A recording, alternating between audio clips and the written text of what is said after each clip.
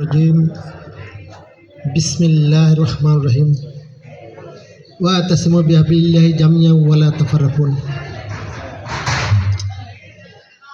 Unity aid কর্তৃক আয়োজিত আজকের এই সাবেক ভাইদের মিলন মেলায় সম্মানিত সভাপতি, ভাই পরিচালক,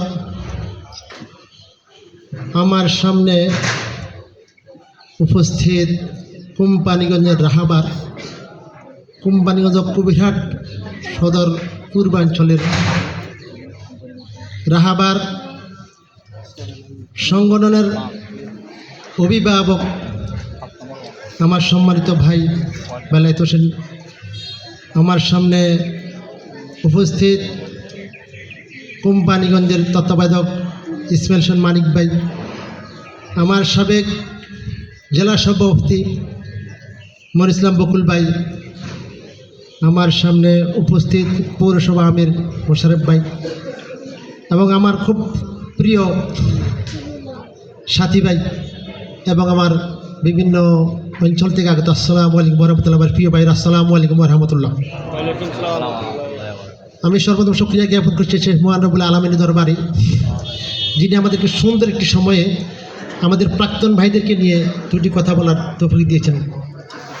শহীদদের আত্মার মাগফিরাত কামনা করছি। সম্মানিত উপস্থিতি, আমরা একটি বছর পূর্বে আমি দীর্ঘদিন বাইরে ছিলাম, দেশের বাইরে এসে একটা দুর্ঘটনার কারণে আমি দেশে চলে আসি। আসার পর আলহামদুলিল্লাহ সংগঠনের সাথে সংগঠনের কাজ করি, কিন্তু সংগঠনের কাজও করি পাশাপাশি দেখি আমাদের বেশ কিছু আমাদের সাথে আমাদের সময় রক্ত দিয়েছে, ঘাম দিয়ে, শ্রম দিয়েছে, এমন এমন সময় গিয়েছে কোম্পানিগঞ্জে মজিব কলেজের আঙ্গিনায় যে ভাই রক্তে সবুজ গাছ করে রঞ্জিত হয়েছিল। এমন এমন ভাই আমাদের মাঝে ছিলেন যাদেরকে একটু এমনভাবে আঘাত করা হয়েছে, যদি সে সময় সঠিকভাবে যদি ট্রিটমেন্ট না পেতেন মারাও যেতেন। এইসব ভাইদেরকে আমরা আমাদের সেই কাফেলা থেকে অনেক দূরে অবস্থান করতে দেখেছি। আমরা এমন এমন সময় পার করছি কোম্পানিগঞ্জ মজিব কলেজে, আমারও তো অনেক ভাই আমার সামনে, ইনশাল্লাহ আমাদের এখানে অনেক ভাই আছেন। আমরা মাত্র কয়েকজন, আমরা কয়েকটি ভাই জীবনের ঝুঁকি নিয়ে আমরা সেই দিন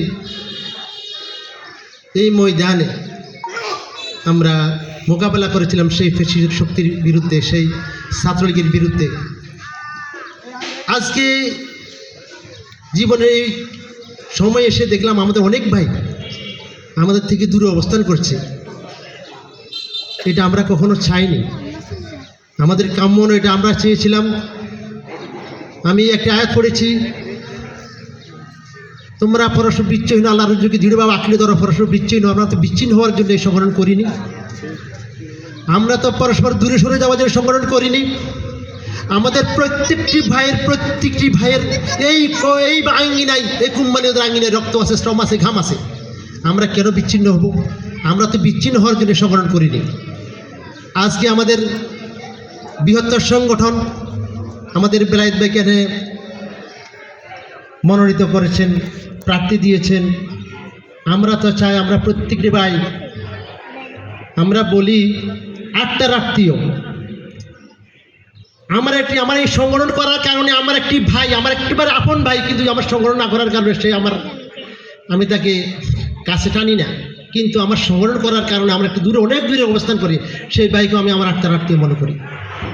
ঠিক আমরা প্রত্যেকটি ভাই আজকে বেলায়েত ভাইয়ের এই অবস্থায় এসে বেলায়েত ভাইকে সংগঠন দিয়েছে। আমরা প্রত্যেকে কাঁধে কাঁধ মিলিয়ে নিজের জীবনকে বাজি রেখে আমরা চাই এই কোম্পানিগঞ্জে 5 আসনে আমরা বেলায়েত ভাইকে জয় করতে। আপনারা কি পারবেন না এটা? ইনশাল্লাহ সবাই হাত তুলি, ইনশাল্লাহ পারবেন না? ইনশাল্লাহ আমরা প্রত্যেকের জায়গা থেকে আমরা কেউ প্রয়োজনে প্রিয়জন না হয় এই কথাকে আমরা ছোট করি।